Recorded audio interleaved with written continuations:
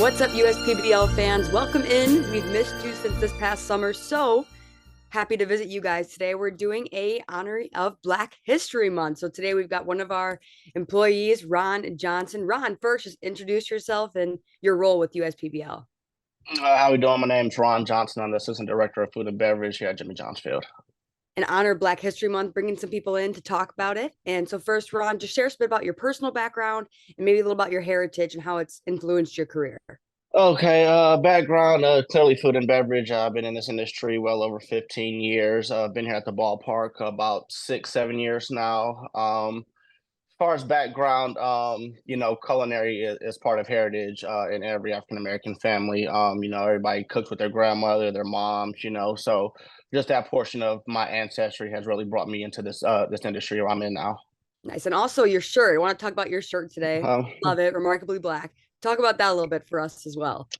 Okay, so remarkably black is just something that I kind of wear around, especially for these type of things. I think it's proud to represent your heritage, your ancestry, and it's proud to be a Black African American in this world. So I definitely represent that as much as I can. Wonderful. Like you said, proud to be a part of that community. So talk about any historical figures or events that maybe influence you personally that are important to Black History Month, maybe along those lines. I mean, you could always go back to the civil rights era, are huge in any culture. As far as me, it's a lot with just family, friends, having kids, trying to raise them in the world that we're in, and just you know about honoring your ancestry, but doing it in the right way. It's kind of a thin line in the world we're in now. So just trying to really balance out life in the right way is what I'm kind of focusing on with this. So personally, are there any ways that you or your family celebrate Black History Month? I know it's hard because basically you would celebrate all year round, but are there Yeah. any ways? Yeah. So are there any ways that you personally celebrate Black History Month along those lines? Kind of like you said, I'm a 12 month type of guy. I don't just limit it to February. As far as Black History, we kind of do as much as we can in the community with the fraternities we're in, kid programs, things like that. But it's not something we just do in February. We kind of represent all year round. We have Juneteenth, so we do big things in the community for that. So it's something we try to expand all year round, not just in a limited amount of time for a few weeks. Can you expand more on, like you talk about the fraternities or groups with kids and stuff like that? Can you expand more on those Yeah, lines? yeah. So I'm part of the Prince Hall Masonic organization here in Michigan. Where the Honorable Baron C. Walker is the Grand Master. I've been part of this fraternity for 7 years. And through this fraternity, I'm able to do two different mentor programs. One being the KOE, which is Kings of Excellence, and then one is KOP, which is Knights of Pythagoras, where I serve as a state director for that program.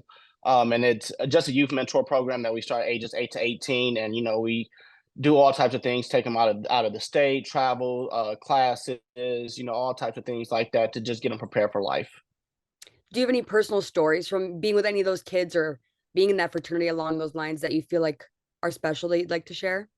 I mean, it's after 7 years. I joined the fraternity fairly young, and it's just the things that I deal with through them in everyday life has definitely shaped and molded, who I am today. I do have a different perspective on life and how I handle day to day natures.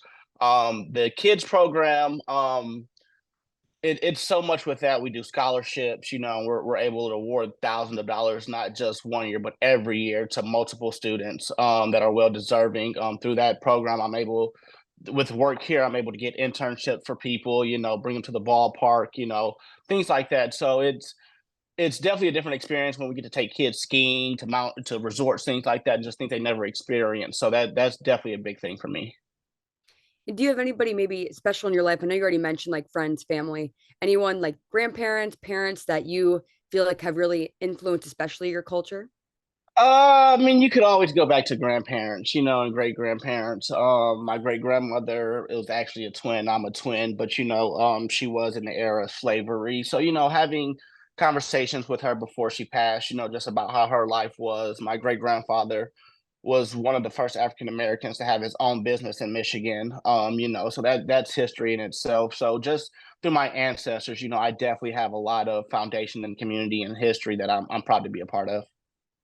how do you think you can bring more awareness, or anybody in the community can bring more awareness to celebrating Black History Month, or even honoring the community, obviously, all year round, like it should be? I think it one it's not just a community thing. And I don't want to get too political here, but I think it's definitely a school system thing to an extent. Where you have some schools, in certain states pulling Black History Month out of schools. It's already limited to 28 days, 29 if we're lucky. So I think that everybody that's a particular age, older, mid level, whatever, should always be trying to embrace and share history of this magnitude, because it's not that long ago, slavery was around, that type of thing. So it's not like it's forgotten about. So I think everybody should try to do their part, due diligence, to just bring it to the forefront that it is history, not just African American history, but United States history as well, world history. So Yes, thank you. And one more thing, finally, is there like a message that you would like to convey, maybe about Black History Month and just in general, how important it is to you before we sign off today? as far as Black History Month, I mean, like I said, I go back to, it's not, it is designated for February, but I think it's an all year type of thing. Just in the way the world has been the past 5, 10 years, things have definitely gotten ugly. You got the Black Lives Matter movement, so many different things going on in the world. That I think my message should just be, not just this, but do right and get along. Like it is an ugly world out here, and if we all just try to be equals with each other to an extent, and bring peace to each other, it'd be a lot different in this world. Yes, I agree. Thank you, Ron, so much for joining us today. Really appreciate it. And thank you, everyone at USPBL, all of our fans, for joining us today as we honor Black History Month. Once again, this is Ron Johnson. Thanks for joining us, Ron. Peace. Make sure to check out the USPBL schedule at uspbl.com. We look forward to seeing you again this summer. We'll have a rematch of our championship game. So make sure to tune in soon with more information. See you soon.